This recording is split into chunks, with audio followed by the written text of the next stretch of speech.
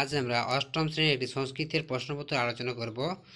এখনও যাদের সংস্কৃত পরীক্ষা হয়নি তারা প্রশ্নপত্রটি ভালোভাবে দেখে নাও, কীরকম ধরনের প্রশ্নপত্র আসতে পারে।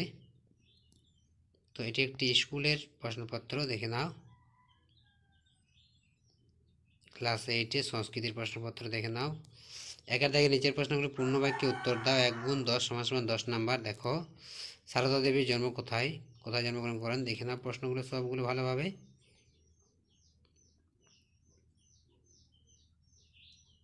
শর্ট কোশ্চেনগুলো দেখে নাও। তারপর আছে আমাদের শূন্যস্থান পূরণ করো। 2-এর দাগে শূন্যস্থান পূরণ করে দেওয়া আছে, এখানে 5টি করতে হবে। 1 গুণ 5 = 5 নাম্বার। তারপর দেখো 3-এর দাগে কী আছে, সংস্কৃত ভাষায় উত্তর দাও, অর্থাৎ এগুলোকে সংস্কৃত ভাষায় উত্তর লিখতে হবে। 5টি আছে, 5টি করতে হবে। এরপর চলে যাই আমরা পরের পেজে, দেখে নাও পরের পেজে কী আছে। দেখো 4-এর দাগে শ্রীগঙ্গা স্তোত্রম থেকে কটি লাইন লেখো, 8টি লাইন লেখো।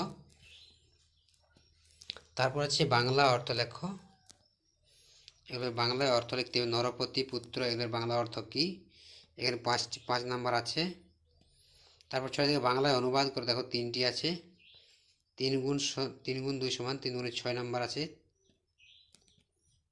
তারপর 7 থেকে দেখো সংস্কৃতে অনুবাদ করো, এগুলো বাংলায় লেখা আছে, এগুলো সংস্কৃতে অনুবাদ করতে হবে।